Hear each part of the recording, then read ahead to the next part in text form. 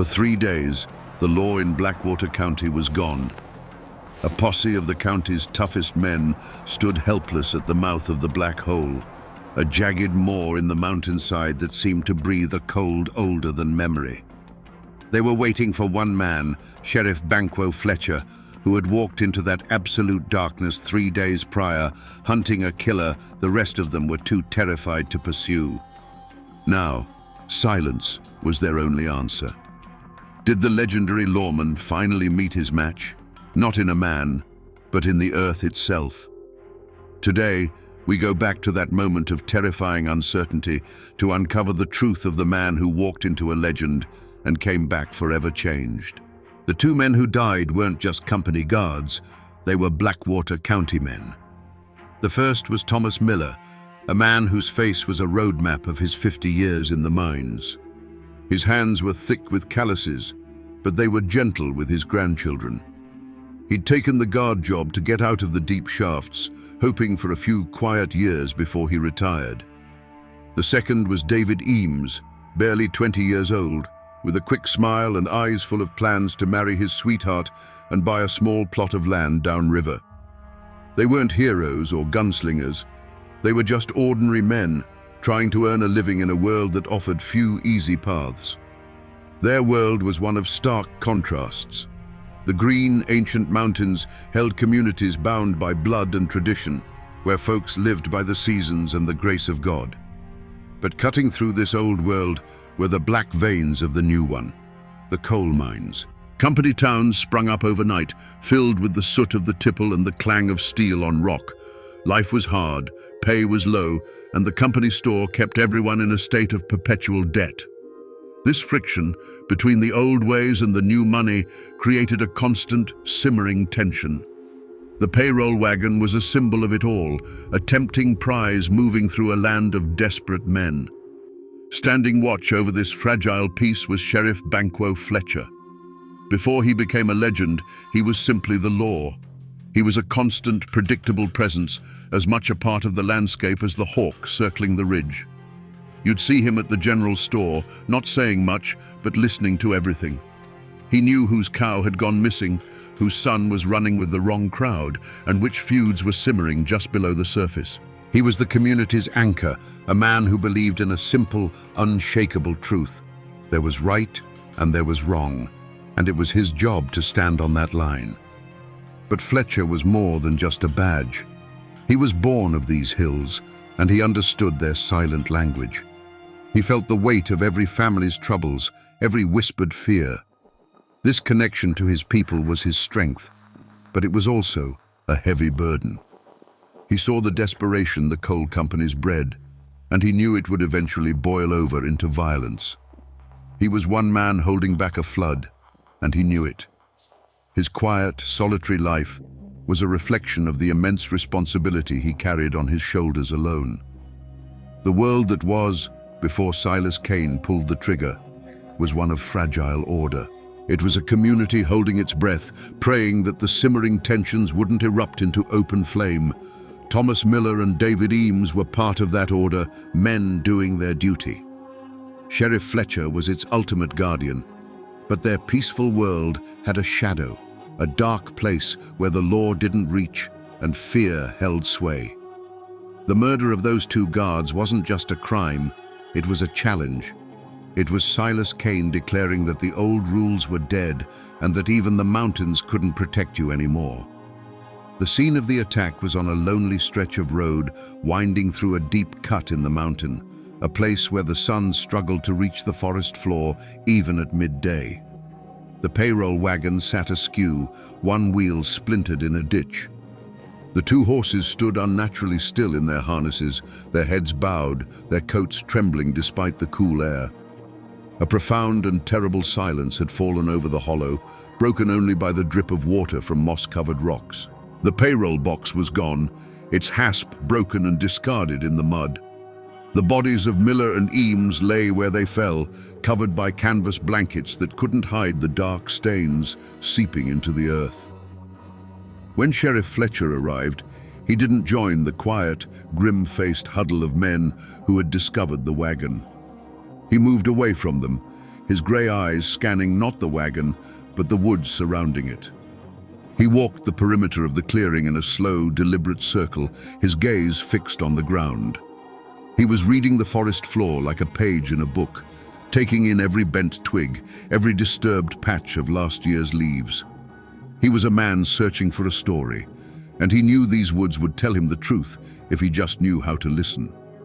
The clues he found were chilling, not for what they revealed, but for what they didn't. There were no signs of a struggle, no frantic footprints of men running for their lives. There was only one set of tracks leading from the tree line and one set leading back. They were from a single man, a heavy man, moving with a calm, unhurried gait. And then Fletcher found the most unnerving clue of all. On a flat, mossy rock about 20 yards from the wagon, he found 2 spent rifle cartridges. They weren't scattered where they would have been ejected from the chamber. They were placed neatly side by side, like a pair of cufflinks set out for church. This was what unsettled everyone more than the violence itself. This wasn't the work of a panicked thief. The careful placement of the shells was a message.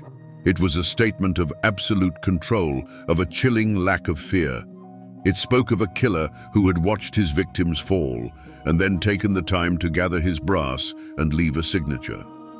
The wilderness offered no easy answers, only a multitude of unsettling questions. Who was this man?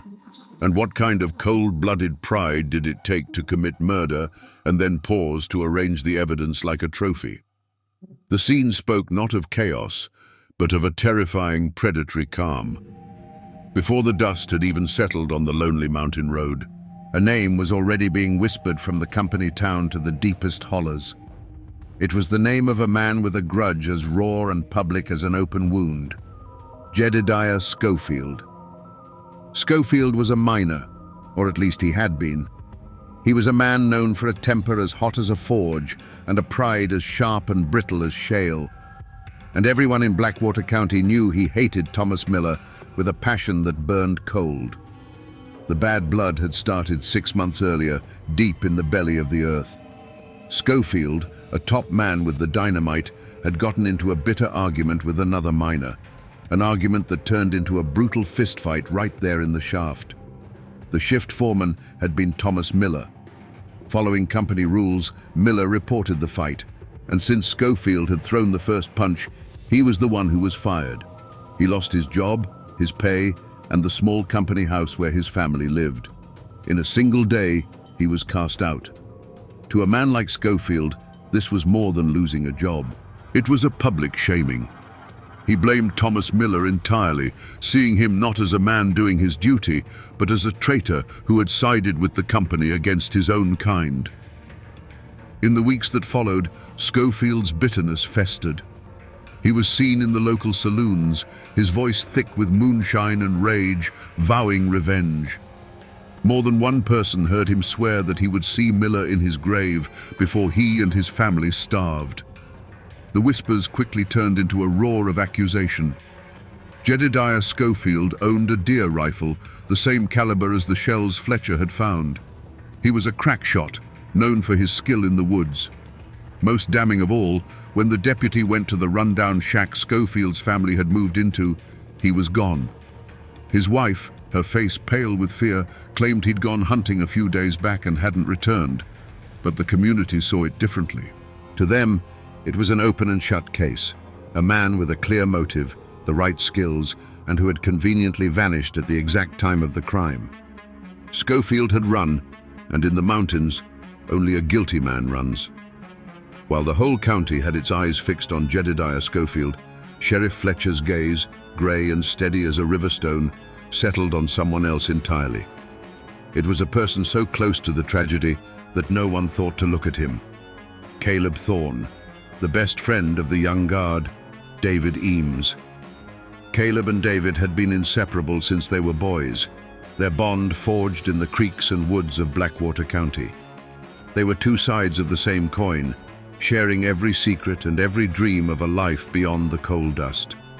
No one seemed more devastated by David's death than Caleb. No one, that is, except Sheriff Fletcher.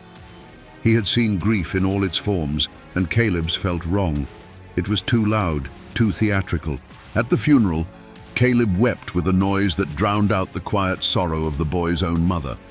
But Fletcher, standing at the back of the cemetery, noted that for all the performance, the man's eyes were sharp and restless. He wasn't looking at the grave, he was watching the crowd. Fletcher knew that true grief turns a man inward, but Caleb Thorne was looking outward, like a man checking to see if his story was being believed. Beneath that mask of sorrow was a secret that was rotting Caleb from the inside out. He wasn't just a simple mine worker, he was a gambler who had fallen in deep with a dangerous crowd from the railroad camps. He owed a debt so large it was a death sentence, and the men he owed were not known for their patience. The company payroll wasn't just a target of opportunity for him, it was his only way out. His best friend, David Eames, hadn't just been a friend. He was Caleb's unwitting key to the prize, a source of information about the wagon's route and its schedule. The whispers started when Caleb was seen just days after the funeral, paying off a chunk of his debt at a saloon with crisp bills. When questioned, he claimed he'd won a lucky hand at cards. But the story felt thin, and his behavior, when re-examined, painted a darker picture. People now remembered Caleb asking David pointed questions about the guard rotation, questions that seemed innocent at the time, but now felt sinister. The idea was almost too ugly to consider, that the attack wasn't a random ambush, but a meticulously planned execution, and that David Eames might have been betrayed by the one person on earth he trusted completely. But there was a third shadow in these hills, one cast not by a single man, but by the towering black tipple of the mine itself. The Black Mountain Coal Company was more than an employer. It was a hungry, faceless power from the north, and its interests rarely aligned with the well-being of the men it paid in scrip. In the months leading up to the robbery, a new kind of man had been seen in the county. Men in dark suits and city hats, with faces as hard and emotionless as the company ledger books. They weren't miners or managers. They were troubleshooters, company enforcers, and their presence felt like the stillness before a storm. Their motive was impersonal, but immense. Whispers of unionizing had been snaking through the mine shafts, talk of better pay and safer conditions. To the company, the union wasn't a negotiation. It was a disease to be eradicated. A violent, unsolved payroll robbery was the perfect pretext. It would justify flooding the county with their own heavily armed guards, men who answered not to the law, but to the company. They could lock down the towns, root out the organizers, and break the spirit of the rebellion under the guise of protecting the people from a phantom killer. Miller and Eames, in this cold calculation, were simply the cost of doing business. The arrival of these city men had draped a blanket of unease over the community. They didn't speak to locals, they observed, their eyes taking measure of everything. They were seen mapping the roads, timing the payroll wagon's route, and holding quiet, tense meetings behind the locked door of the company office. Their presence was a silent, constant threat. It was a clear message from the powers up north that they were watching, and that they would not tolerate dissent. The mountain folk, who had dealt with their own problems for generations, now felt the chilling gaze of an outside world that saw their home as nothing more than a resource to be exploited and controlled. The crime itself bore the hallmarks of this cold, corporate ruthlessness. The clean, efficient nature of the ambush, the lack of any wasted motion, and especially the chilling signature of the carefully placed shell casings. It all felt less like the hot-blooded revenge of a fired miner and more like the work of a professional. It was a calculated act of terror designed to create chaos.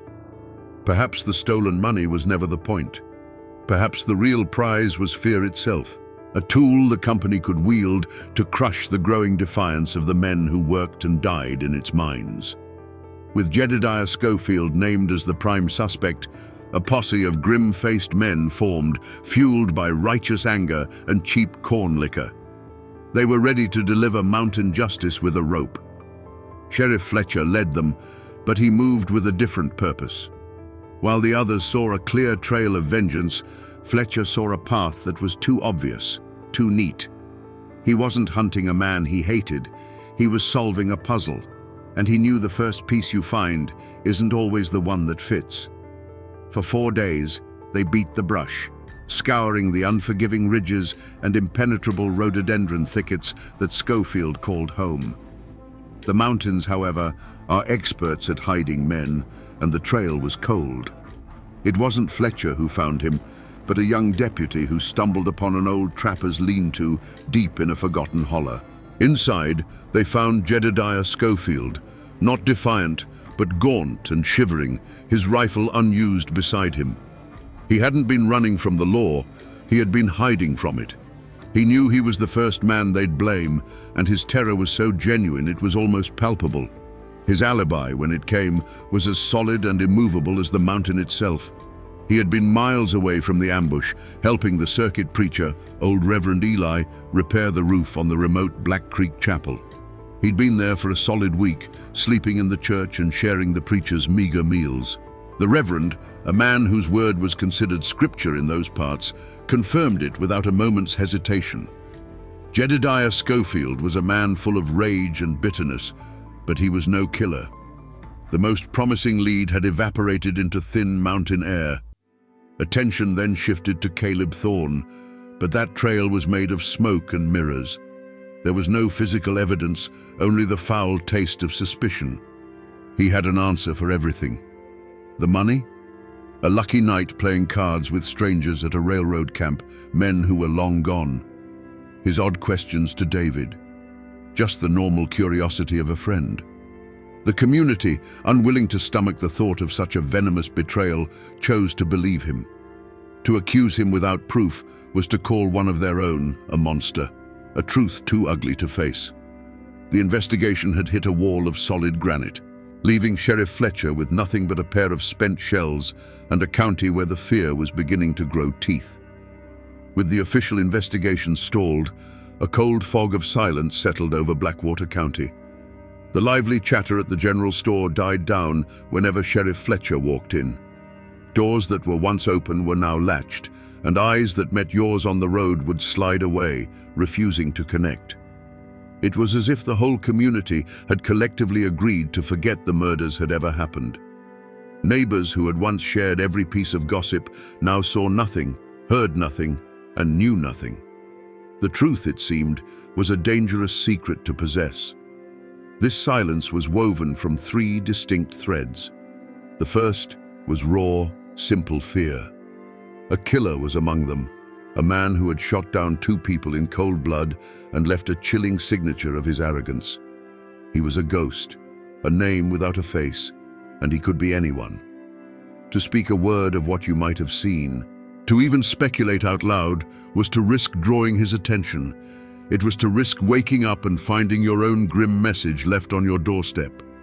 The wolf was still in the woods, and no one wanted to be the next sheep to stray from the flock. The second thread was a deep, abiding hatred for the Black Mountain Coal Company. To many of the mountain folk, the company was a far greater evil than any one killer. It was a faceless monster that stole their land, poisoned their streams, and worked their men to death for pennies. The stolen money belonged to the company, and the dead guards were on the company payroll. In their minds, helping Fletcher was helping the company. It was a choice between 2 evils, and many chose silence as a form of quiet rebellion against the power that oppressed them every single day. But the thickest, strongest thread was the mountain code itself, an unspoken omerta, as binding as any law on the books.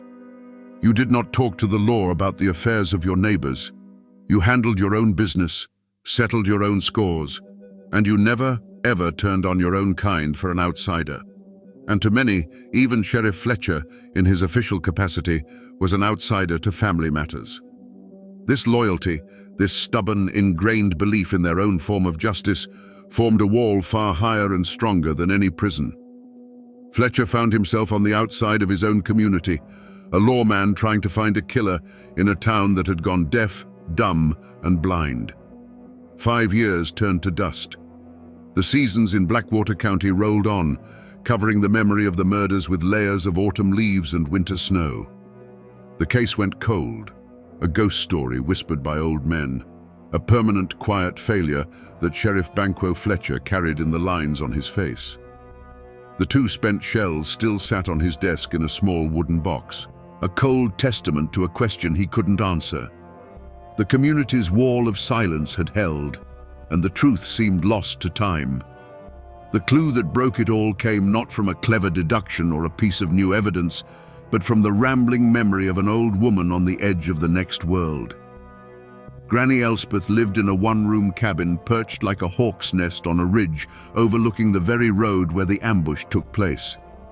Her mind, the folks in town said, was a tangled thicket of memories and mountain lore, and her words were often dismissed as the wind in the pines. Fletcher, however, made a point of checking on the old woman, bringing her salt and flour when the snows were deep. On one such visit, sitting by her hearth, he listened as she drifted through the past. She spoke of the hard winter of '08, of a blight that killed the chestnut trees, and then, without any change in her tone, she said something that made the air in the tiny cabin stand still.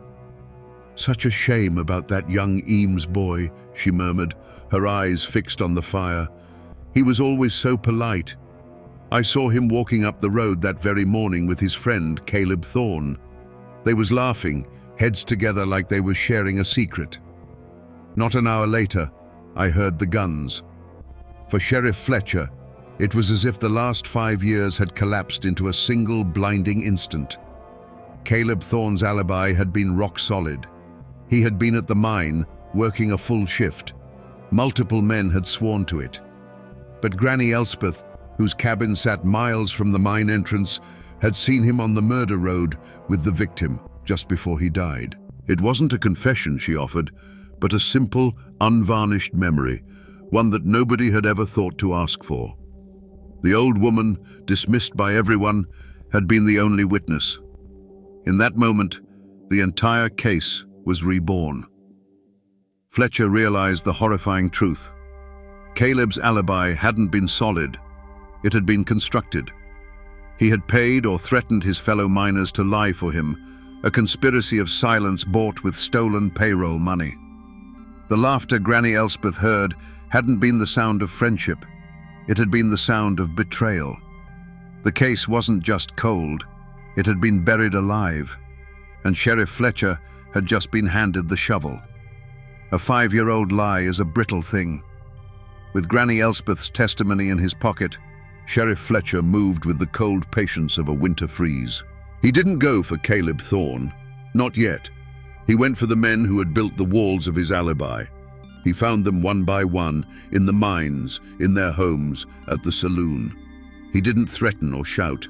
He simply sat with them, his grey eyes unblinking, and told them what the old woman on the ridge had seen. He spoke of perjury, of being an accessory to murder, and then he would fall silent, letting the weight of what they had done crush them. The first miner held out for an hour, the second for 10 minutes. The third broke before Fletcher even finished his sentence. The confrontation, when it came, was on the porch of the small, respectable house Caleb Thorne had bought with his blood money.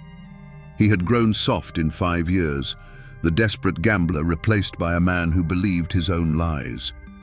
He greeted the sheriff with a confident smile, but it faltered and died when he saw the look on Fletcher's face.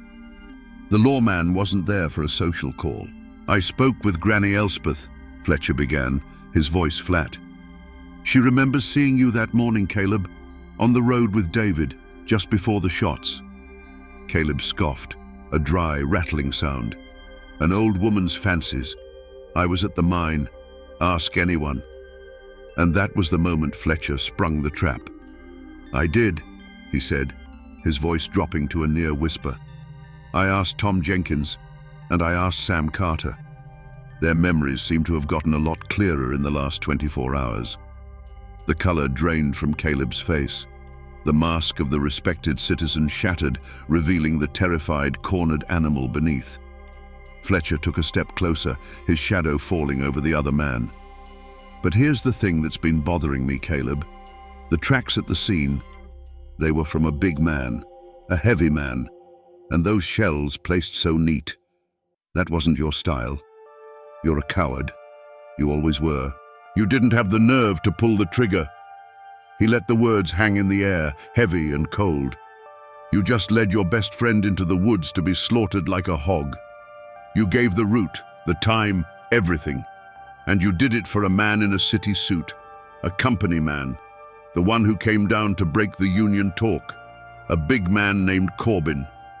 Fletcher's voice was relentless, each word a hammer blow breaking down the last of Caleb's defenses. "He pulled the trigger, and you collected your 30 pieces of silver. It was all there, the whole sickening truth. It wasn't a crime of passion or a simple robbery born of desperation. It was a cold-blooded business deal.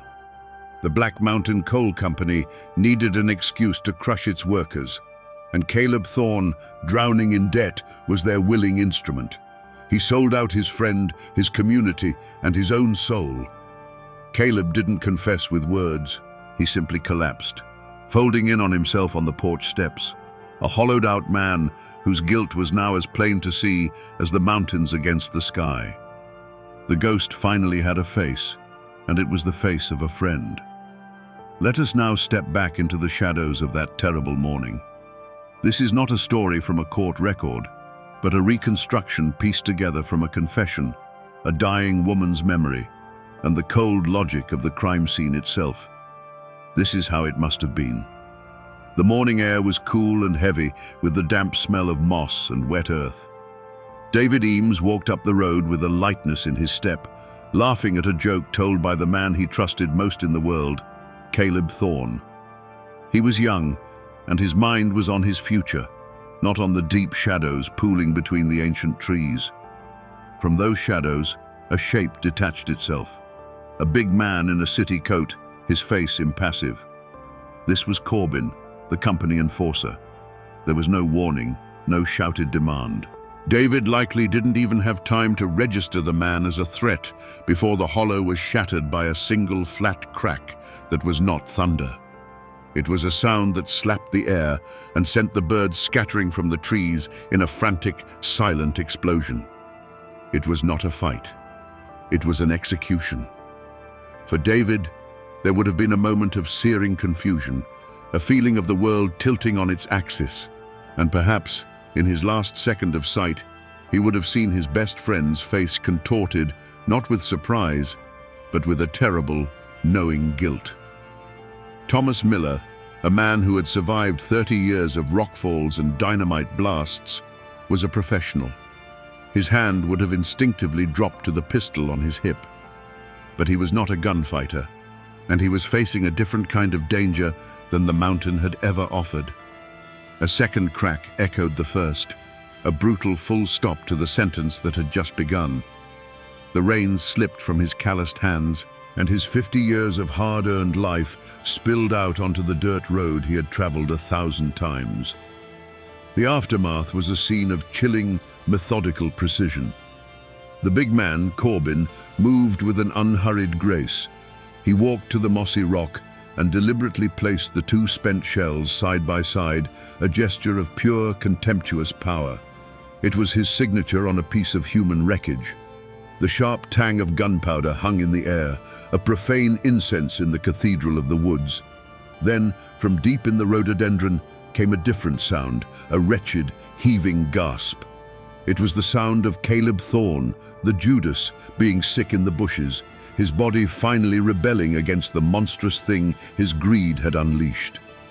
When they were done, the payroll box was opened, and the money exchanged hands. One man walked away with a clean kill and a broken union. The other stumbled away with a lifetime of guilt and blood on his hands that no amount of money could ever wash clean. After the sound of their departure faded, the woods fell silent again. But it was a new kind of silence. It was heavier, broken, and for a long, long time, the birds did not return to their song. The Blackwater County Courthouse had never seen a trial like it. The wooden benches groaned under the weight of the entire community, a sea of grim, weathered faces. It was a pressure cooker of old grief and new anger. At the defendant's table sat two men who were worlds apart. Caleb Thorne was a ghost, a hollowed-out man who stared at the floorboards as if they held the secrets to his damnation. Beside him, cool and impassive, sat Corbin, the company man. Flanked by lawyers from the city with slicked-back hair and alligator-skin briefcases, he looked not like a man on trial for his life, but like a landowner inspecting a property he was about to foreclose on. The trial became a battle not over facts, but over which world held more truth. The county prosecutor presented a simple, brutal story of betrayal, backed by the tearful, coerced confessions of the miners who had lied for Caleb. He put Granny Elspeth on the stand, her voice frail, but her memory clear as a mountain spring. But Corbin's lawyers were masterful. They painted a picture of a backwards, ignorant community engaged in a conspiracy against the company that fed them. They portrayed Granny Elspeth as a senile old woman, the miners as liars trying to save their own skins, and Caleb Thorne as a desperate man who would say anything to lessen his own sentence. For Caleb Thorne, the verdict was a foregone conclusion. His confession and the testimony of the men he'd paid off sealed his fate. The jury, made up of men he had known his whole life, looked at him not with hatred, but with a profound and weary contempt. They found him guilty of being an accessory to murder in less than an hour. The judge, his voice like cracking stone, sentenced him to life at hard labor in the state penitentiary. Caleb didn't even flinch.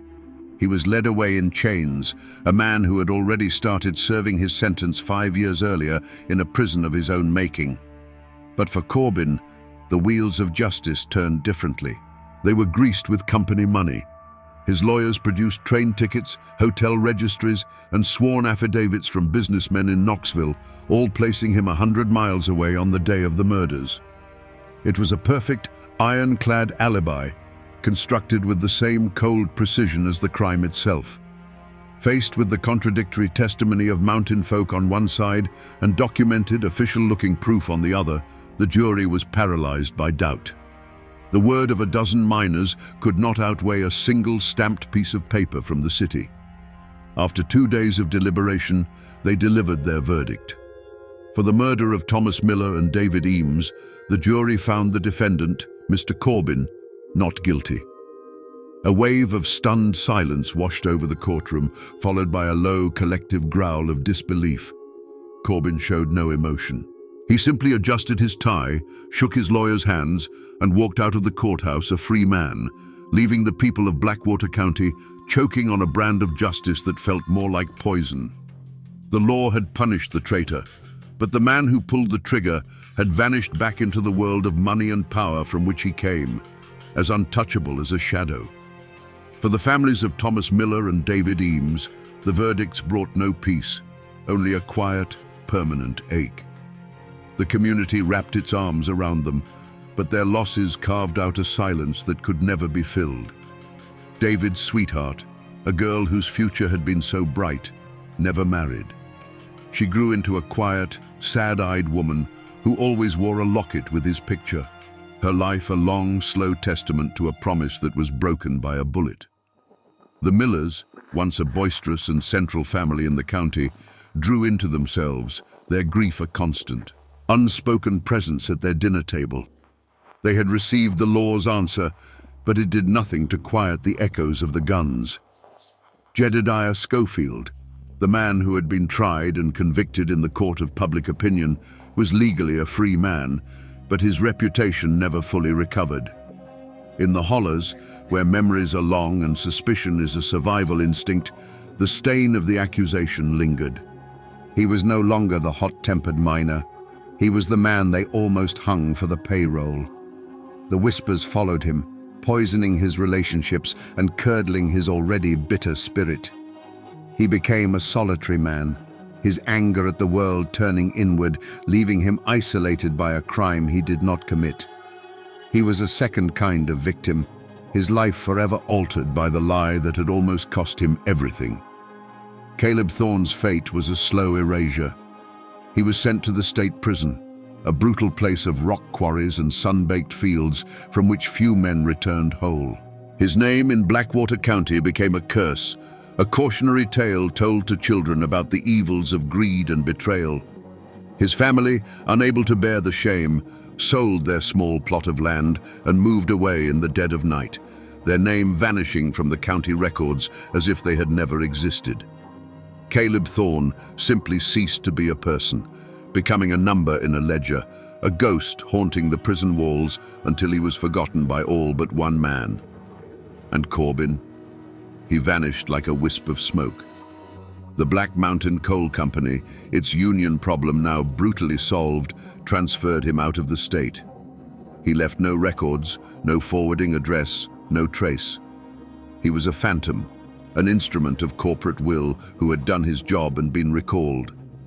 For the people of Blackwater County, his acquittal was a bitter lesson in the nature of power. It proved what they had always suspected, that there were two kinds of law in the world. There was their law, the law of the mountains, and there was the company's law, the law of money, which could make a murderer disappear in broad daylight. This case changed Banquo Fletcher. The sight of Corbin walking free carved something deep into his soul. It taught him that the courthouse could deliver a verdict, but not always justice. He grew quieter, more solitary, his methods more relentless. He had seen the law fail, and in that failure he seemed to find a harder resolve. He would deliver his man to the courthouse if he could, but he would deliver justice no matter what. The memory of Corbin's smug, emotionless face would fuel his hunt for every outlaw that followed, a cold fire that would one day lead him to the mouth of the black hole in pursuit of a different killer and a different, darker kind of judgment. If you travel the back roads of Blackwater County today, you can still find the scars left by this story.